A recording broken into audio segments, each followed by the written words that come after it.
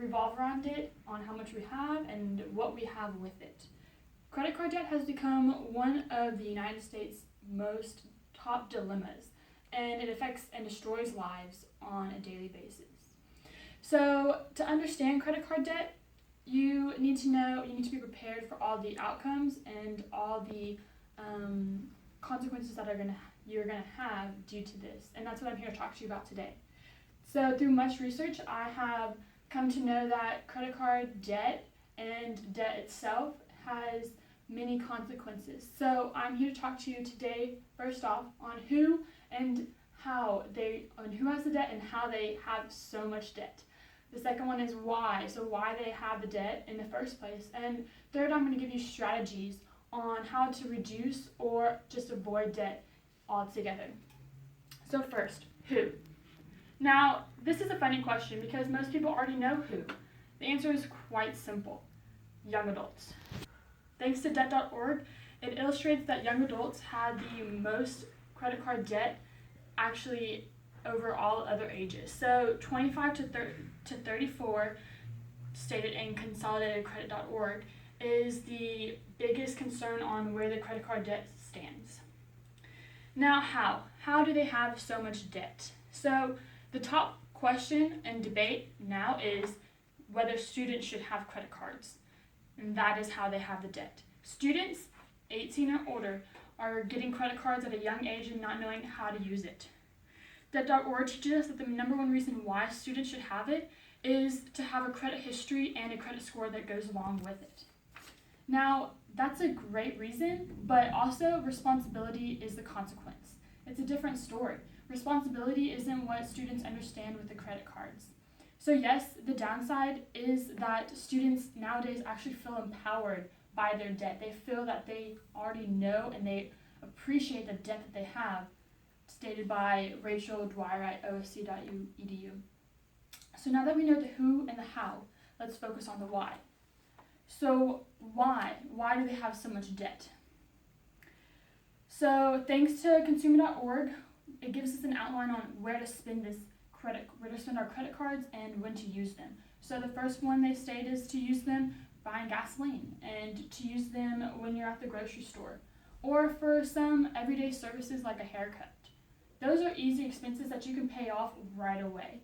However, students and young adults do not understand that concept.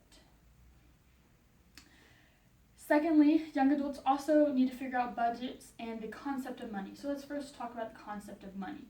Understanding this is through experience and being taught. My parents taught me the concept of money at a young age.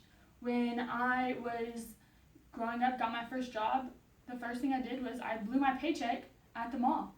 And it was awesome. And I loved it. And then I realized, wait, I still think I need to go buy food and go and buy other things that I needed throughout the rest of the weeks that I didn't have any money. That's the concept of money. Secondly, budgets. Budgets are something that are taught, and you need to know and understand how they work. So young adults coming out of college nowadays don't understand what a budget is and how to structure a budget, and that's one thing that they do need to understand. So now that we've gone through the who, how, and why, I'm going to give you guys some strategies that'll help you understand what to do. So first strategy, Dave Ramsey. And I know everyone knows who Dave Ramsey is. He is nationally ranked in finances and debt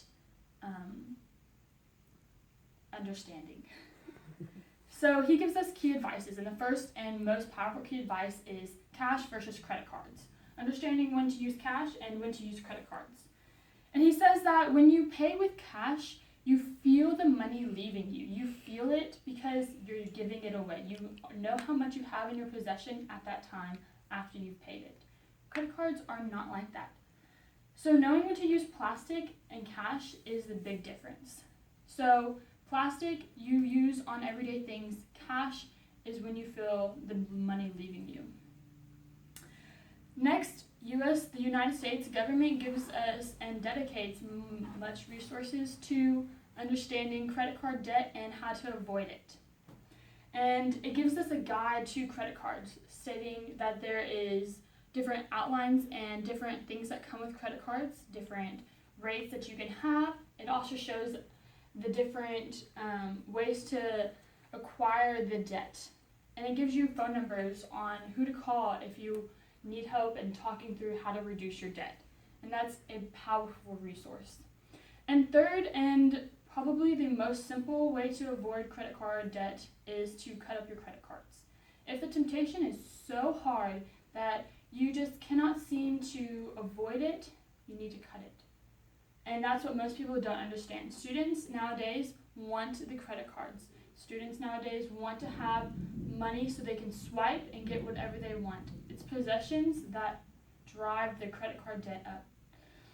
So now that we talked about the who, which is the young adults, and how they have the most credit card debt, we talked about why they have so much debt, and it's because they have so much empowerment and non-responsibility with their debt.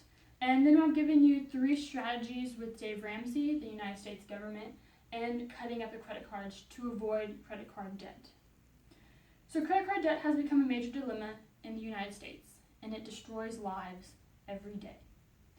So leaving today, I just want to remind you guys a few things. 1, be responsible. Know when to use credit cards and when to use cash. 2, pay your bills on time. That's the simplest thing you can do. Pay it so you don't have to worry about it. Those everyday expenses can add up if you don't pay for it. And 3, know what a credit card is. Knowing what a credit card is the easiest way that you can avoid having the credit card debt. Your experience will be a breeze if you understand those 3 things.